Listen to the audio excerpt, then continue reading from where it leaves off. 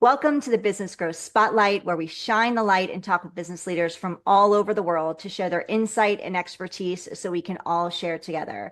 And I'm your host, Heidi Schalk, co-founder of the Spotlight to Scale Accelerator, and I am excited for my conversation with my special guest today. If you are new to the podcast, stick around because we have a gift for you at the end. But first, may I welcome Daren Lauda with Outset to the podcast. Welcome, Daren. Well, thank you. I'm glad to be here. I appreciate it. I'm excited to chat with you. So, can you just kick us off, Daren, with telling us who you are, about your company Outset, and your role within it? Sure. So my name is Daren Lauda. I am the CEO of a company called Outset. I'm also the founder. We've been in business for about 18 months now, and we really focus on helping primarily SaaS software companies drive efficiency and go-to-market operations. Amazing. So, congratulations. Sounds like it's pretty new that you've been kicked off for the last year and a half now. So, how's the process been going so far? Well, it's been a lot of fun. It's been a great experience for me. I've spent most of my career as a W-2 employee. So when I decided to make the entrepreneurial leap and launch Outset, that was net new for me. So if I'm honest, I'm behind pace of where I wanted to be, but I think we're actually doing pretty well overall. I thought we'd be this rocket ship and, in a blink of an eye, have a million customers. So it's taken a little bit longer than I would like, but we're doing really wonderful and exciting things. I'm having a ball doing it. Amazing. So, can you share with us, in entrepreneurship is a journey. So, congratulations for jumping in, because Thank it you. can be scary. I know, and thank you for being honest, because I think a lot of people, when they take the leap into entrepreneurship, they hear all of the quote unquote winning stories of overnight success online. And unfortunately, it's not true. Most of the time, somebody that says they did something in 7 months, they don't share many times the years of what it took to get there. So I, applaud you for being open and honest that didn't happen as fast as you had hoped it would. But it is a journey. It's a fun one. So what inspired you to take the leap and start Outset? Yeah, it's interesting. I talked about this in an event about 2 weeks ago. I think the origin of the journey was over a decade ago, I got fired, which was a really painful point in my career. And when I reflected on why I got fired, by the way, I don't think I really deserved to get fired, but when I reflected on it, I realized that what was in my control to fix was the linkages between sales, marketing, and finance. All the dollars flowing across marketing into sales and finance weren't well managed in our organization. And I thought there've got to be better ways to go about this. So for a long time, I've been thinking about building something like Outset, which really aligns those three functions into a triumvirate, a three musketeers, whatever you want to call it, a group of three that work together and speak each other's language. Putting a lot of time and energy and effort into that is what founded Outset. And I think we're starting to do some really cool things there. Awesome. I can't wait to hear more about it. So, Outset specializes in helping companies build world-class operations. So, what are some of the most common operational bottlenecks that you've seen that hold businesses back from scaling? Yeah, great question. So for me, it's how we spend our dollars. We've moved from a world of growth at all costs in SaaS to kind of profitable, efficient growth, and we're trying to be efficient in how we spend and grow these days. And it's hard to do if we're chasing this month and next month, or this quarter and next quarter, because the investment decisions we make have long-term impacts. If I'm creating sales capacity, I'm hiring people who'll be around for months, years, hopefully, maybe a decade, depending on how we hire. Same for building out SDR functions. If I'm building marketing campaigns, they have long tails. Um, and yet we keep making decisions on a forecast that we trust for about 90 days. If you talk to your average CFO, he or she will say, beginning at day 90, I discount the sales leader's forecast heavily because I can't rely on it to run the business. Is that because the sales leader is poor or bad? No. It's the nature of the game. It just becomes more opaque the farther out we look. So we work to solve that. We use algorithms and AI to build long-term predictive models that show you where the business is going, and then we show you how to best take action. I love that. So what's the key to creating an operation strategy that supports both rapid growth and long-term sustainability? Yeah, for me, it's getting marketing, sales, and finance on the same language, having them going in the same direction, and really understanding a single word, and that is when. If you think about it, marketing loves to talk about delivering pipeline or leads. That's what they do. There's nothing negative about that. Sales loves to talk about closing deals. But what does finance need to know? They need to know when deals will close, when dollars will come back into the business. If I have, as the FP&A team, approved budgetary spend right now for a campaign, when will I get revenue and cash? And unfortunately, sales, marketing, and finance don't always string that together well. So Right. you get into a spot where if you're a CEO or a CFO, where do I invest? When do I invest? When's the return going to come? That when is such an important component of the whole discussion. I think people forget about the when, and Outset indexes heavily toward the when. And I can imagine that, yeah, bringing those three units together could be possibly very challenging because marketing is in the creative, right? In Mhm. the sales, it's all about, the getting the result, the results speak for themselves. And then with Yep, finance, it's all about the numbers, bottom line, right? Because exactly. you need to drive revenue in order to keep the doors open. So yeah, I can only imagine how complicated that may be at times. So what role does data play in making smarter operational decisions, and how can companies leverage that effectively? Yeah, great question. So, one of the things we talk about is having all the sales and marketing investment decisions be data driven. Mm, If you think about a SaaS business right now, it's likely they're allocating as much as 40% of revenue to that sales and marketing budget. So, we don't want to make decisions based on gut. We don't want to make decisions based on the loudest voice in the room who yells the loudest to get the budget. We want to look at the data. So, in our dream state, we have cohorted data very nicely. We're running the right regressions against that data to make sure we understand where the business is going. And then we give the team the ability to model multiple sales and marketing investments. So imagine a world where, let's pick a funny number, 20. The sales and marketing leaders say, based on the data we see, we have a gap to goal coming in fourth quarter, which is 6 or 7 months from now.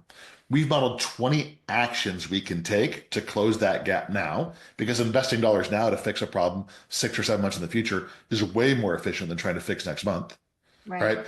So sales and marketing does all this analysis. They walk into finance and say, hey, we looked at 20 things. We found the ideal package of 7. Here's when we want to invest by month. Here are the returns by month. When you can use data to do that in a cohort driven way with algorithmic analysis, I think you can make really excellent decisions and optimize return on sales and marketing spend. Yeah, so absolutely. And I want to like AI is such a big thing right now. So I'd like to switch gears a little bit and talk about automation and AI Sure. because I think it's an important conversation and you're in the software space. So AI and automation are changing how companies are approaching operations. How do you see AI, Darren, reshaping operational efficiency in the next few years? Yeah, great question. I take two buckets, and I think I stole this from Google. It's not an original thought. But there's what I call deterministic AI and generative AI. Deterministic is kind of all these mathematical algorithms. It's the regression analysis. It's the stuff that was winning Nobel Prizes 20, 30 years ago, right? That's one part, really making sure you're putting quality math and regressions on the data to make decisions.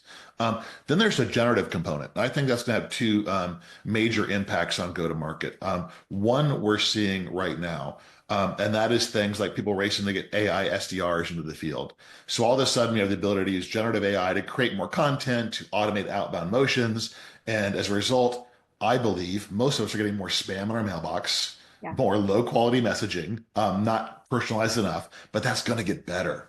It won't take long until those models learn how to create really high quality messages Yeah. and outreach. I think it's going to change the makeup of the teams, fewer headcount, fewer employees, higher quality outreach. Um, then there's the generative in executive decision making.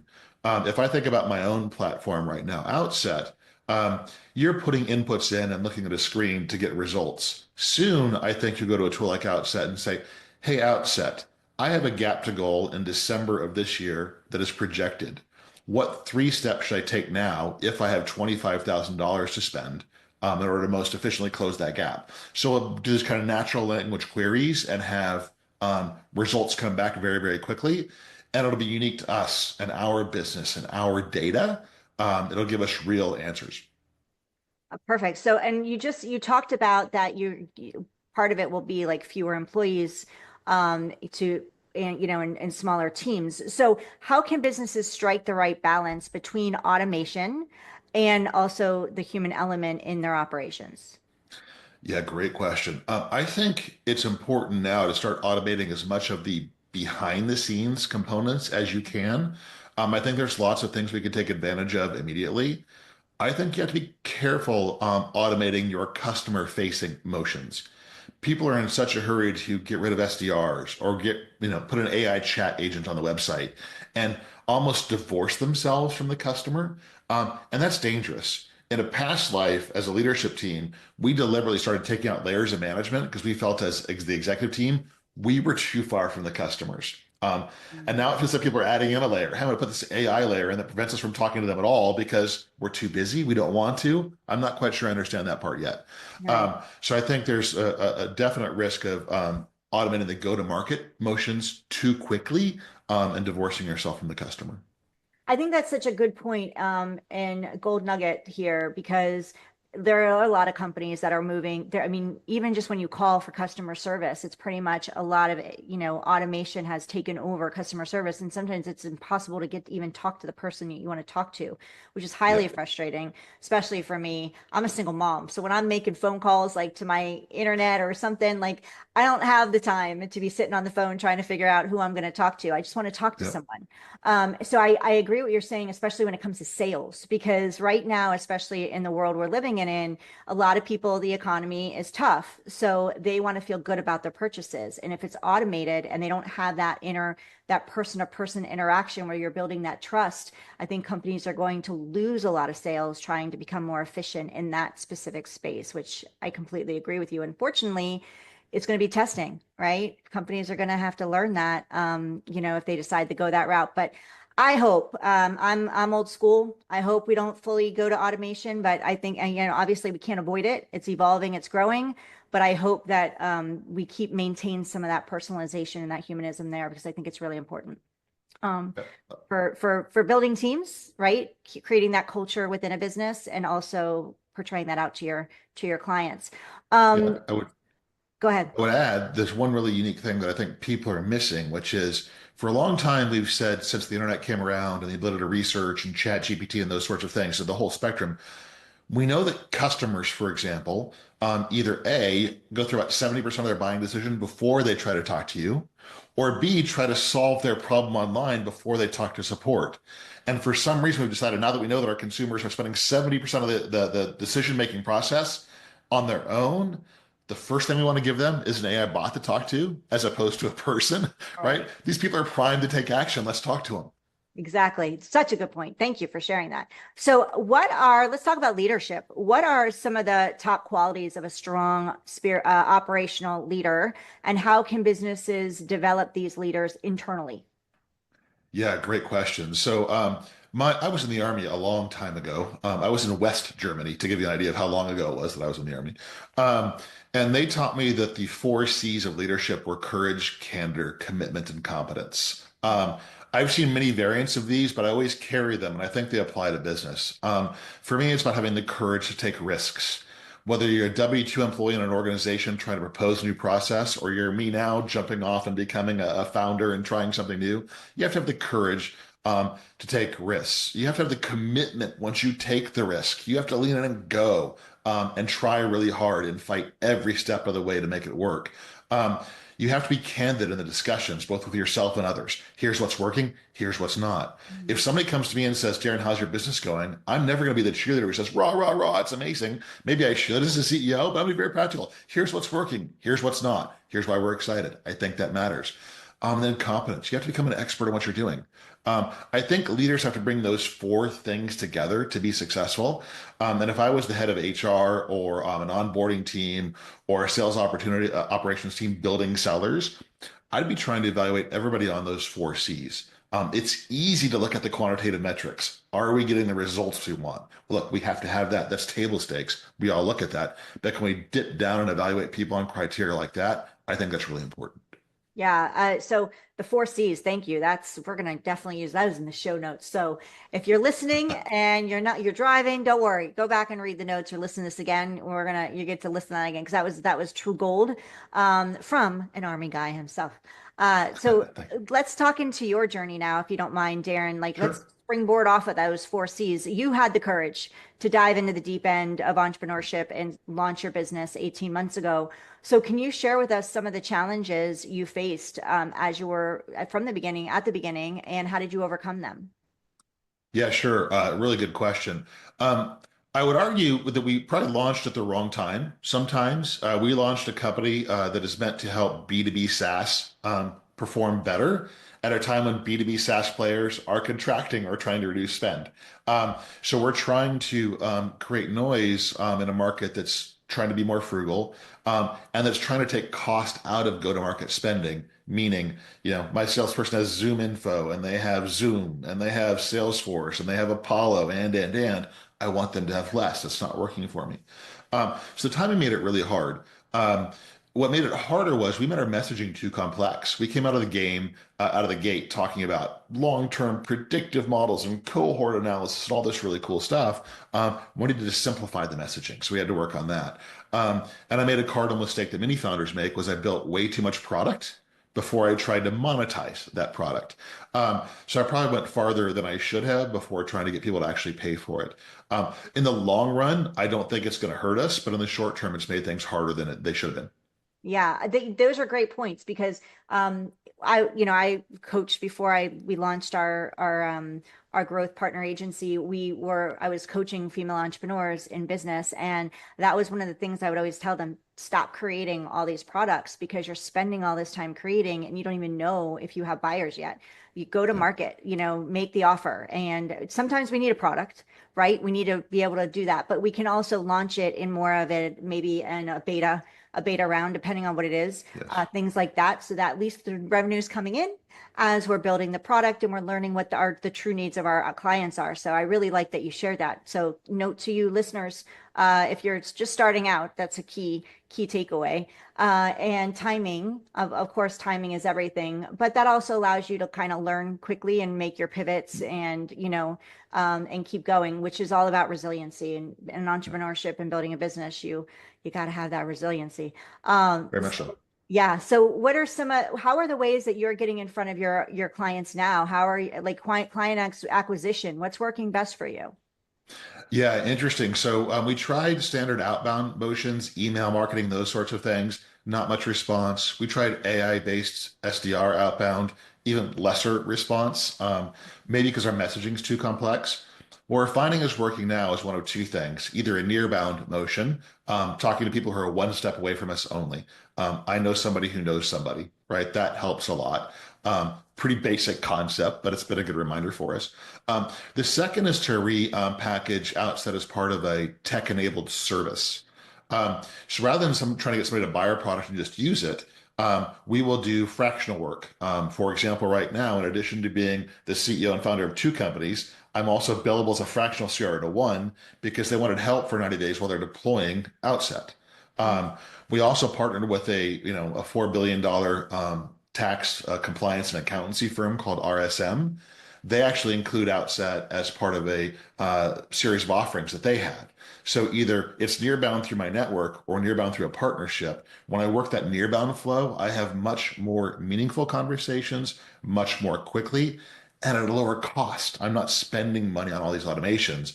I'm really working relationships to get the job done. Yeah, and you said it twice about your messaging. Overcomplicating can really set you back, right? Yes. And cause a bottleneck that we really don't intend to cause or create, but we can our babies, we can overcomplicate things when it comes to our baby. Yep. And especially when we're the expert in that space, we know all the ins and outs of the verbiage and the complications of it, but it doesn't mean our audience understands it all. And if we're too high level for them, or overcomplicate it and they have to think too much. Everybody has short attention spans these days. It's not Yep. going to get better with AI and automation, so it's only going to get shorter. So the simpler that you can make things all around with the understanding of what you do and who you serve, and if these people are right for you, that the easier it is to allow them to walk through the door to take the next step of learning more. So I really liked it that you said that, and you said it twice. So I really wanted to bring that home because it's super key. And so you've shared what works. Can you share with us for somebody listening, going, okay, you've created this awesome partnership, RSM you shared. Mhm. How did you do that? Like, what are ways to create partnerships? Yeah, so in almost every case, it's been a near-bound motion. As a newer organization, we couldn't just walk into RSM and get their attention. But we met some folks there who got the concepts. Mhm. We didn't try to sell them anything. We tried to share an idea with them. Um, and then we really kind of pulled back the curtain and showed them how the algorithms work. We said, bring your data scientists in, check this out, challenge us. Yeah. It's funny when you hear, by the way, I'm a go-to-market guy at heart. I'm not necessarily a mathematician, but when I hear the data scientists start saying, "Wow, this is really great interpretable math. I can see exactly what it means. This is awesome. I would do it just like this." Right? When you see that, it's like, oh, wow, really cool. Then the light bulbs go off. Oh, we could partner. So we didn't try to race in the door and force something. We sought lots of meetings, lots of introductions, talked about who we are, what we think, what we're doing, why it's important. And then we found the people who are geeked about it, like we were, and those are the people we chose to partner with. Awesome. Thank you for sharing how like, more information on that. So, what is your biggest goal for Outset and you for the next 12 months?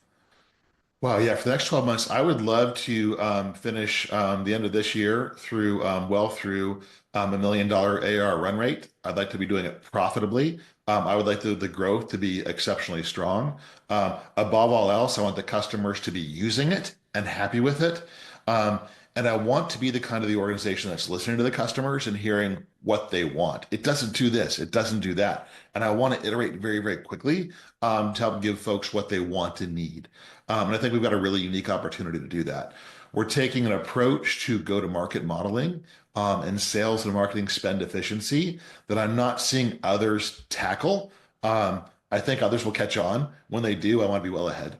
Yeah. So for your goal, the $1 million run rate and being able to be able to listen to your customers and clients and create those solutions quickly with what you shared, what would if you could if I could give you a magic wand and you can wave it right now, what would be the biggest thing that's holding you back from having that now, the biggest challenge that you see? Uh, yeah, in this climate, it's at bats.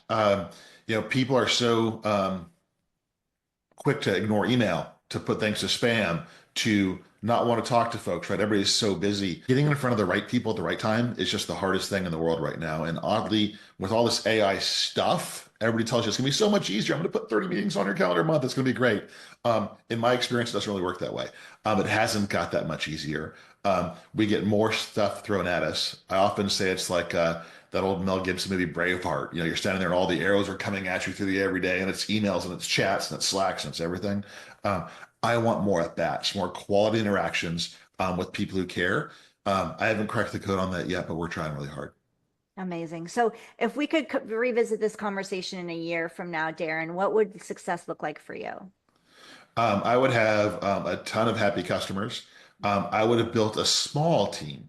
I'm not trying to build 1,000-person company. I do want to use automations. I do want to take advantage of AI, but I would have a small, very passionate, highly skilled team who wants to win for the organization, who wants the customers to win for their organization, and we're laughing and having fun while we do it. Life is way too short not to laugh during the day. Life is way too short not to want to go to work. I put on LinkedIn recently, my father, who's approaching 90 years old, will still give me advice. Son, I never pulled into the parking lot at work, sat in the car and said, I can't go in there today. That's the day I would have quit. Mm. Um, I don't want that to be my business. I want people to come in and say, let's do this. We're going to have some fun. It's going to be joyful. Let's go. That's what I want. Well, it sounds like your dad is a very wise man and the apple didn't fall far. So, Thank you. so tell your dad thank you for that advice. And I agree with I you. sure will. Some fun in our business. This is majority of our life is our we spend more time at work or working or in our business than we do, with family and friends. So you Exactly. definitely want to create some fun around it. If it's not fun, like your dad said, then it's time to leave. But we get to make a choice every day whether we're going to make it fun or not. So Darren, how can people reach out to you and connect with you for those that want to learn more? Sure. So my email address is Daren, Daren, at outsetops.com. That's outset, like from the outset, ops.com. I'm on LinkedIn all the time. My first name, last name, Daren Lauda. Um, Well, I won't throw my cell phone number out there, but it's probably not hard to find if you got Apollo or other things. No But I'm problem. pretty easy to reach. Yeah. So DM him, reach out to him, connect with him on LinkedIn, Daren Lauda, and go to outsetops.com. We have all of Daren's information too. If you want to learn more about him, we'll have his bio in the show notes, all of his links and that you can access and go check him out and connect with. So I invite you to do so. Awesome guy.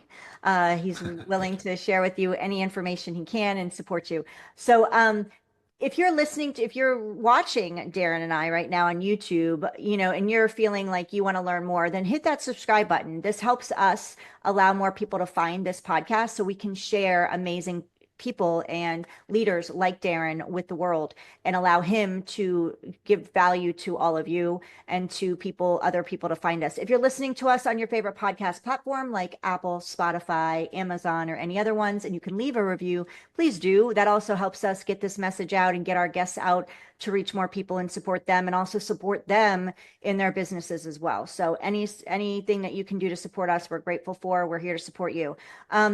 Daren, is there anything that I didn't get to touch on or ask you that you'd like to share before we wrap up? No, this has been a great conversation. I've really enjoyed it. I wish you best of luck with your business. I hope people subscribe and follow, like you said, and look forward to listening to the podcast going into the future. Thank you so much. I appreciate your time. This has been such a pleasure and a great conversation. I've enjoyed it as well. And thank you for listening to Daren and I today. If you are growing a business and you're in the scaling space and you're feeling like you're just not being seen and you're not getting in front of the right people, then go ahead and download our free Spotlight to Scale blueprint. You can go to spotlighttoscale.com/blueprint and grab that. It's free. It's yours. And thank you again for listening and being here with Daren and I today. Daren, thank you so much for your time. Listeners, go to outsetops.com, go message him and connect with him with Daren on LinkedIn, and we will see you on the next episode of the Business Growth Spotlight.